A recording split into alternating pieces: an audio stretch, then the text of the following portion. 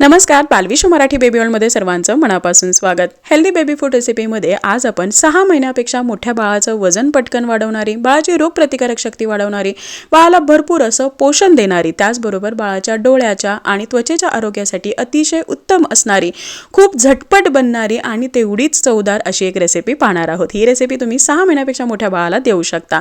इथे तुम्ही व्हिडिओमध्ये पाहत आहात आदित्य ही जी रेसिपी आहे अगदी छान पद्धतीने खातो आहे। आदित्य आता 6 महिन्याचा आहे, त्यामुळे तुम्ही सुद्धा तुमच्या 6 महिन्याच्या बाळाला ही जी रेसिपी आहे ही अगदी आरामामध्ये ट्राय करू शकता। फक्त ही ट्राय करत असताना किंवा बाळाला देत असताना तुम्हाला काय काळजी घ्यायची आहे, कोणत्या टिप्स फॉलो करायच्या आहेत किंवा यामध्ये असलेले जे काही पदार्थ आहेत हे कशा पद्धतीने ॲड करायचे आहेत हे मी वेळोवेळी सांगणार आहे। त्यानुसार तुम्हाला बाळाला हे इंट्रोड्यूस करणं गरजेचं आहे।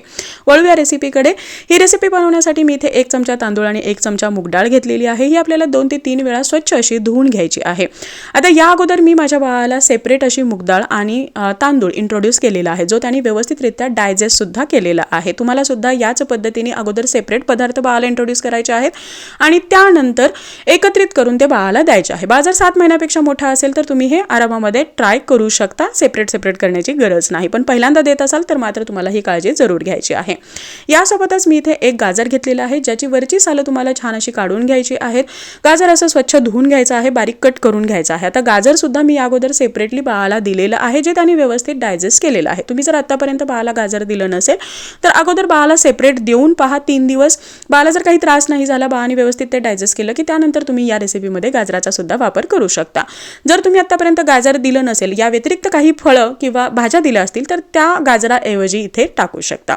आता हे जे काही गाजर आहे आणि तांदूळ आणि डाळ आहे तर हे मी आता कुकरमध्ये घेतलेलं आहे। आता हे डाळ आणि तांदूळ मी साधारणतः एक अर्ध्या पाऊण तासासाठी भिजवून घेतलं होतं। जेव्हा तुम्ही धान्य भिजवून घेता तर त्यानंतर ते एकदम सॉफ्ट असे शिजतात, शिवाय ते पचायला सुद्धा थोडेसे हलके होतात। तुम्हाला थोडे जास्त पाणी घालून साधारणतः एक 5-6 शिट्ट्या करून घ्यायच्या आहेत। मऊ असं हे शिजवून घ्यायचं आहे आणि त्यानंतर मॅशरच्या साहाय्याने हे छान मॅश करायचं आहे।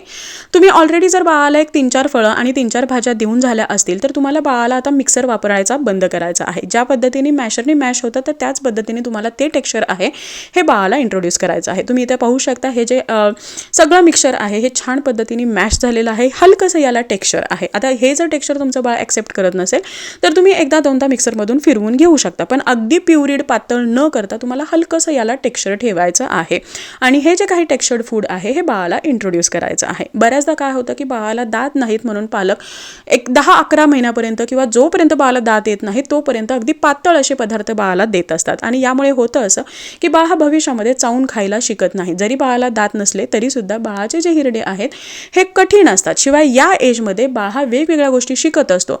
जेव्हा तुम्ही असं टेक्स्चर्ड फूड बाळाच्या तोंडामध्ये देता तर ऑटोमॅटिकली बाळ हा चावण्याचा प्रयत्न करतो, चावून खायला शिकतो आणि जेव्हा बाळ चावून खातो तर ते जे पदार्थ आहेत हे बाळाच्या व्यवस्थित अंगी लागतात आणि बाळाला कॅल्शियमची कमतरता कधीही येत नाही, कारण बाळाच्या तोंडामध्ये असलेली जी काही लाळ आहे ही पदार्थांसोबत मिक्स होते, ज्यामुळे बाळाचं डायजेशनही सुधारतं आणि बाळाला भरपूर प्रमाणामध्ये कॅल्शियम ॲब्सॉर्प्शन व्हायला किंवा कॅल्शियम मिळायलाही मदत होते। शिवाय बाळाला खाण्याची गोडी लावण्यासाठी सुद्धा ही गोष्ट खूप जास्त गरजेची आहे। त्यामुळे बाळाला दात येण्याची वाट पाहायची नाही। अगदी 7 महिन्याच्या अगोदरच किंवा 7 महिन्याच्या दरम्यान तुम्हाला बाळाला असं टेक्स्चर्ड फूड देणं हे गरजेचं आहे। तुम्ही ते पाहू शकता आदित्यच्या तोंडामध्ये सुद्धा जेव्हा हा जो पदार्थ आहे हा जातो आहे तर त्यानंतर ऑटोमॅटिकली तो चावल्यासारखी ॲक्शन करतो आहे किंवा चावण्याचा प्रयत्न करतो आहे। तुम्ही बाळाला कितीही ॲक्शन करून दाखवा किंवा कितीही तोंड हलवून दाखवा तरीही बाळ चावून खायला शिकणार नाही जोपर्यंत त्याच्या तोंडामध्ये हे टेक्स्चर्ड फूड जाणार नाही। हे जे काही पदार्थाचं टेक्स्चर आहे हेच बाळाला चावून खायला शिकवणार आहे। आता या रेसिपीमध्ये आपण मीठ किंवा कोणत्याही मसाल्याचा वापर केलेला नाही। तुम्हाला सुद्धा हीच गोष्ट लक्षात ठेवायची आहे। बाळ जर 7.5 महिन्यापेक्षा मोठा असेल तर तुम्ही यामध्ये थोडीशी हळद आणि जिरे पावडर ॲड करू शकता, परंतु मोस्टली बाळाला ओरिजिनल टेस्टमध्ये हे पदार्थ देणं गरजेचं आहे। सो आय होप आजची ही रेसिपी तुम्हाला आवडली असेल। Thank you so much for watching. Bye bye.